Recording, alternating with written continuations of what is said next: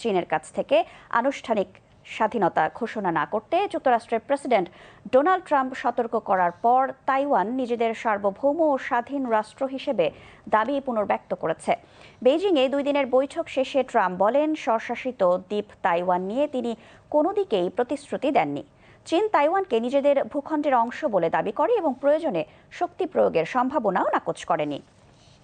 চীনের president Xi Jinping এর সঙ্গে বৈঠকের পর ট্রাম্প জানান, তাইওয়ানের কাছে $11 বিলিয়ন অস্ত্র বিক্রির একটি প্রস্তাব অনুমোদন করবেন কিনা সে সিদ্ধান্ত তিনি শিগগিরই নেবেন। যুক্তরাষ্ট্রের আইনে তাইওয়ানকে আত্মরক্ষার সক্ষমতা নিশ্চিত করতে সহায়তা করার বাধ্যবাধকতা রয়েছে। তবে একই সঙ্গে ওয়াশিংটনকে বেইজিংয়ের সঙ্গে কূটনৈতিক সম্পর্ক বজায় রাখতে হয়।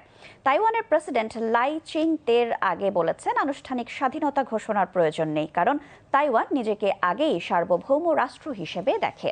শনিবার প্রেসিডেন্টের মুখপাত্র ক্যারেন কুও বলেন, তাইওয়ান যে সার্বভৌম, স্বাধীন ও গণতান্ত্রিক দেশ তা স্বতঃসিদ্ধ। তবে তিনি বলেন, চীনের সঙ্গে বর্তমান অবস্থা বজায় রাখতে তাইপে প্রতিশ্রুতিবদ্ধ। অর্থাৎ তাইওয়ান চীনের কাছ থেকে আনুষ্ঠানিক স্বাধীনতা ঘোষণা করবে না এবং একীভূতও হবে না। তাইওয়ানের অনেক মানুষ নিজেদের আলাদা জাতির অংশ হিসেবে মনে করলেও বেশিরভাগই বর্তমান অবস্থান বজায় রাখার পক্ষে।